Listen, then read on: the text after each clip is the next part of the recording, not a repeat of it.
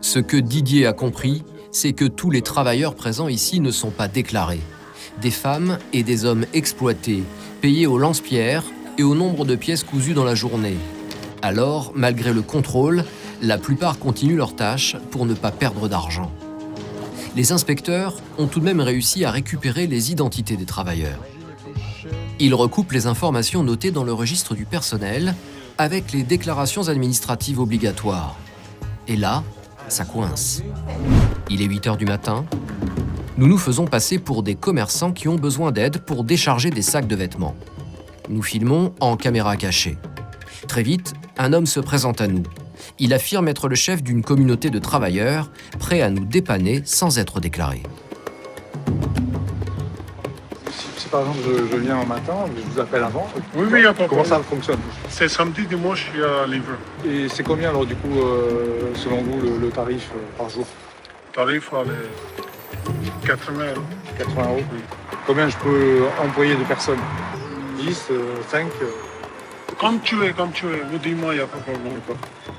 À entendre cet homme, il semble très facile de recruter des manutentionnaires payés en liquide.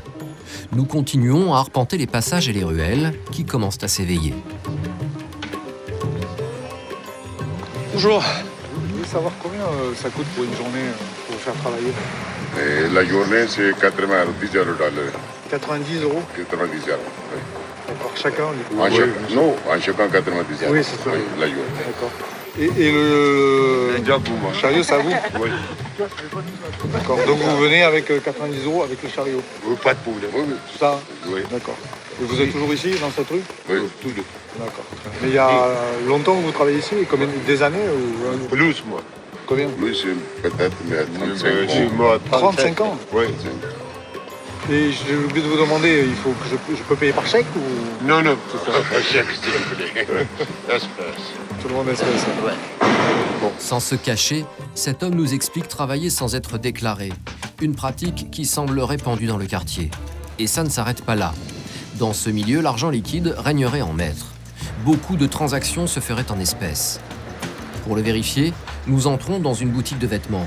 Nous nous faisons passer pour des forains qui souhaitent acheter des vêtements pour les revendre sur les marchés. Bonjour. Est-ce que vous vendez pour du gros? Oui. Oui. En fait, je vais être bientôt forain Oui. et je voudrais acheter la marchandise. Les prix, c'est combien là, du coup? Quel modèle? Ouais, écoutez, j'en ai vu plusieurs que j'aime beaucoup, ça j'aime beaucoup. Le prix, c'est presque 14.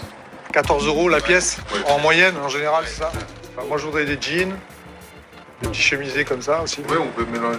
On peut mélanger? Ouais.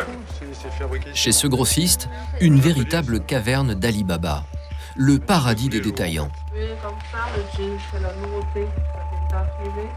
Écoutez, par exemple, 3 comme ça, oui. Testez, ouais. Au fur et à mesure, les vendeurs notent nos achats, mais ne préparent pas de facture. Ils nous proposent même très vite une ristourne en échange d'un paiement en espèces. Marché, vous payez espèce, vous pouvez payer pas trop cher à bâtonner. Espèce, vous me faites un bon prix. Sinon... Le marché est conclu, l'homme sourit avec malice. 247. D'accord. Ok. Espèce, vous me faites pas de facture en fait, c'est ça? Ouais, c'est ça. Voilà. Juste un petit bon, Ouais. plus en plus.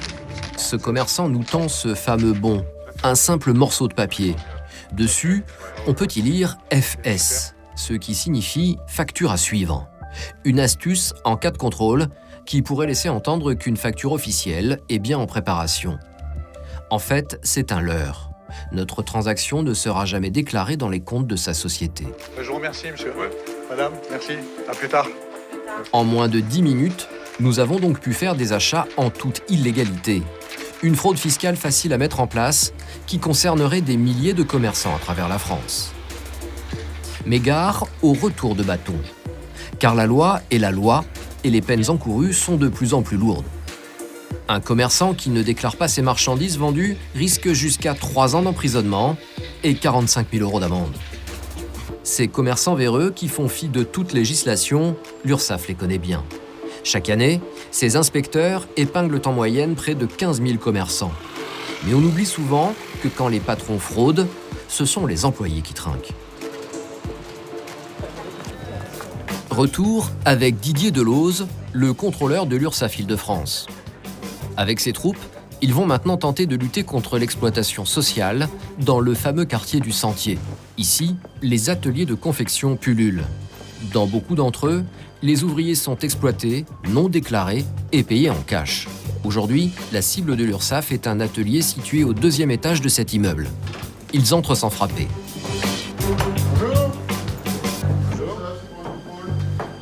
Dans cet atelier, une vingtaine d'ouvriers est en plein travail. Des petites mains qui assemblent des vêtements pour des grossistes. Didier Delose et ses confrères vont tous les contrôler un à un.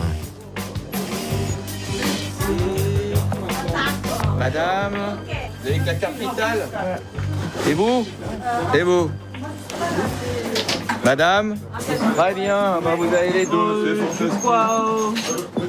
Voilà, merci.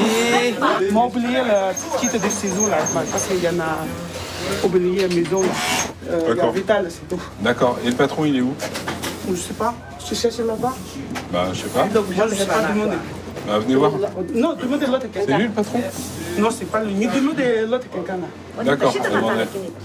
Il y a un monsieur qui est sorti par contre pour récupérer sa pièce. Les travailleurs ne semblent pas se rendre compte de la gravité de la situation. Mais quand les inspecteurs veulent identifier le patron de l'atelier, aucun n'ose le dénoncer, sûrement par peur de représailles.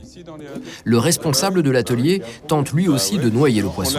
Par contre, on l'a. Vous m'avez dit que la gérante est en... Elle est enceinte, elle est malade, mais on se voit tout le temps. On parle avec les téléphones. D'accord. Donc elle embauche les gens par téléphone. Ouais. Non, c'est pas ça, parce qu'il y a c'est pas comme ça. Ouais, j'ai compris.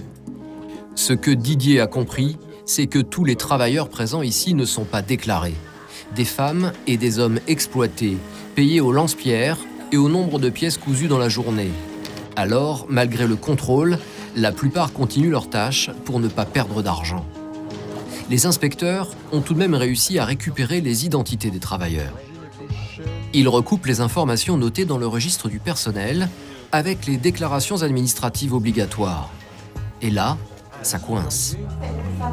L'année prochaine, ça c'est pas un vrai. Surprise, certains papiers officiels sont des faux. C'est un faux papier. Bah, parce que je le sais. Parce que déjà il est tout lisse. Regardez. Tomber sur des faux papiers, c'est courant dans le cadre de ces opérations coup de poing. Les inspecteurs les repèrent au premier coup d'œil. La police de caractère est pas bonne, le truc est tout lisse, il manque des trucs de sécurité. Mais ce ne sont pas de fausses cartes d'identité qui vont empêcher les inspecteurs de travailler. Chaque nom est maintenant passé au crible pour vérifier si oui ou non il a été déclaré. Donc là, c'est non. Ok. Né en 61. Sur ce carnet, les OK symbolisent les salariés déclarés. Les non représentent ceux qui n'ont pas été déclarés. Et pour recouper toutes ces informations, les inspecteurs interrogent un fichier national qui regroupe toutes les embauches déclarées en temps réel.